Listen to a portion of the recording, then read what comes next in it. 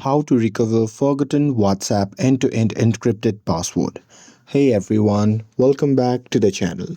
So if you have forgotten your WhatsApp end-to-end backup password and now you are stuck, then this guide will explain what you can do and what you cannot and the only official way forward.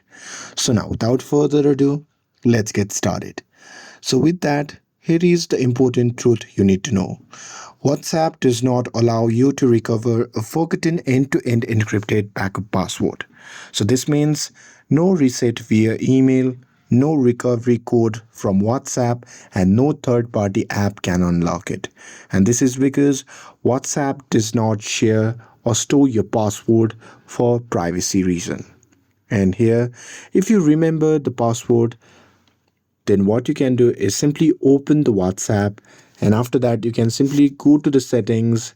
And here, once you're inside the settings, what you can do is just tap on chats, and after that you can simply select chat backup, and there you can just tap on end-to-end encrypted backup, and there you can simply enter your password and turn it off or change the password.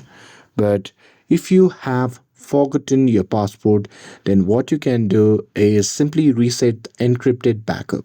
So here, simply open the WhatsApp and go to the settings.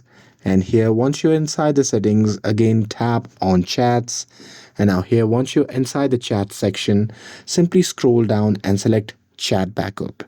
And now here, once you see the interface like this, simply scroll down and tap on end-to-end encrypted backup. And after that, you can simply choose turn off and verify your phone number. And once you're done with that, you can simply confirm reset, and this will permanently delete access to your old encrypted backup, and it will delete the old password as well. And that's it. With this, if you found this video helpful, then don't forget to like, share, and subscribe to get updated for more videos. Thanks for watching, and I'll see you in the next video.